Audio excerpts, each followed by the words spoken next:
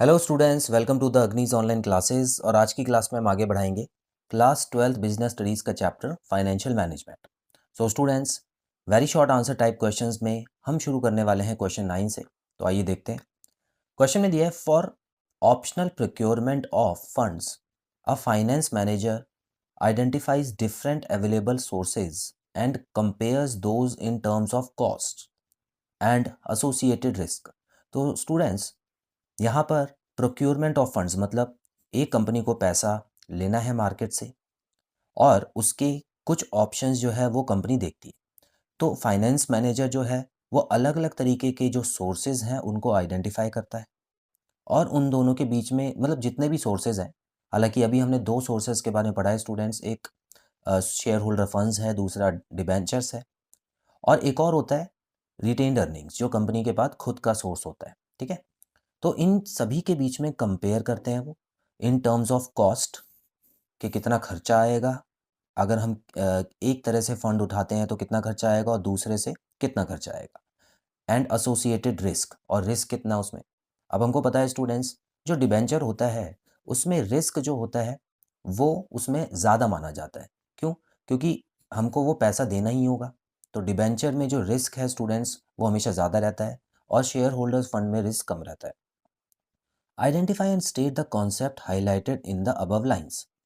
अब यहाँ पे देखिए स्टूडेंट्स, एक वर्ड आ रहा है कॉन्सेप्ट, इसको नोट करना जरूर। तो ऐसे वर्ड्स जब आ जाएं तो याद रखना कि ये कॉन्सेप्ट बोला गया मतलब पूरा कॉन्सेप्ट। अब इसमें आप डिसीजन का नाम ले देंगे तो गलत हो जाएगा। हालांकि ये सारी चीज़ें आप देख सकते हैं, कंपेयरिंग करना और रिस्क को पहचानना, ये फाइनेंशियल डिसीजन में आता है ना। फाइनेंसिंग डिसीजन मतलब जो भी हमको जितना भी पैसा मार्केट से उठाना है, पहले हम देखते हैं कितना पैसा चाहिए और उसके बाद देखते हैं कौन से सोर्स से। लेकिन यहाँ डिसीजन ना लिख के उन्होंने क्या लिख दिया, कॉन्सेप्ट। तो स्टूडेंट्स, कॉन्सेप्ट हमेशा बड़ा होता है, याद रखना। और इसका मतलब है डिसीजन में से आंसर नहीं देना आपको। आपको क्या आंसर देना है? लिखा हुआ है स्टूडेंट्स फाइनेंशियल मैनेजमेंट, मतलब पूरा चैप्टर का जो मेन नाम है वही इसका आंसर है। तो फाइनेंशियल मैनेजमेंट में हम ये सब सीखते हैं कि किस तरह से फंड्स को अरेंज किया जाए। Which concern with management of flow of funds, तो किस तरीके से हमको फंड्स को लेना है।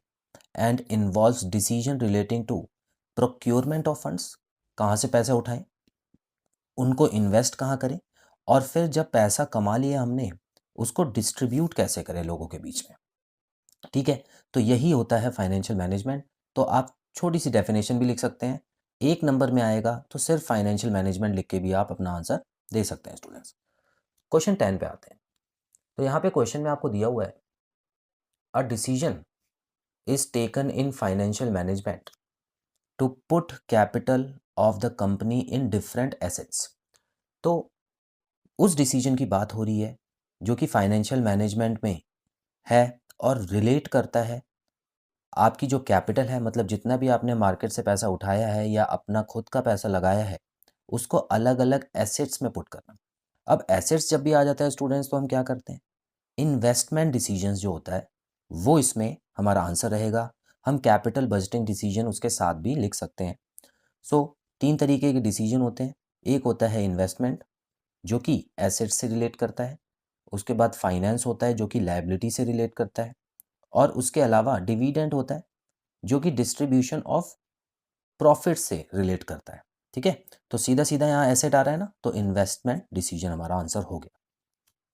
क्वेश्चन 11, क्वेश्चन नंबर 11 में हम देखेंगे स्टूडेंट्स, यहाँ पे लिखा हुआ है, capital budgeting decision needs to be taken with utmost care, why, give reasons.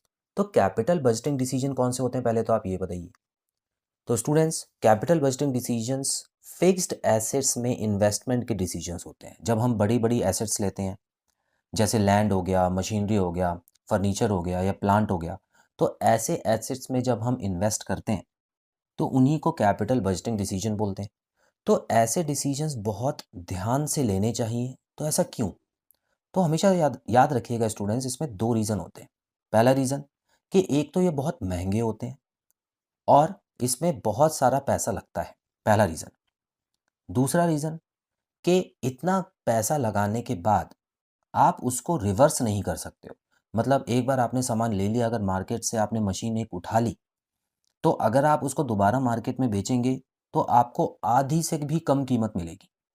ठीक है, हो सकता है कोई बायर मिल जाए बाय लक, लेकिन हमेशा तो ऐसा नहीं हो सकता। तो उसमें क्या होता है स्टूडेंट्स, आपका ज़्यादा से ज़्यादा पैसा नुकसान में चला जाता है और एंटरप्राइज को बहुत बड़ा लॉस हो जाता है। तो बस ये दो रीज़न याद रखना कि एक तो दे इन्वॉल्व ह्यूज कॉस्ट। ठीक है, आप देख सकते हैं यहाँ पे लिखा हुआ है कि फाइनेंसिंग कैपिटल बजटिंग डिसीजन में एक तो बहुत ज़्यादा अमाउंट लगता है इन्वेस्टमेंट में, और दूसरा दे आर इरिवर्सिबल, इनको पलटा नहीं जा सकता। आप पहले अपनी जहाँ पे सिचुएशन पे थे वहाँ पे नहीं पहुँच सकते, क्योंकि इतना ज़्यादा लॉस हो जाता है उस एंटरप्राइज को।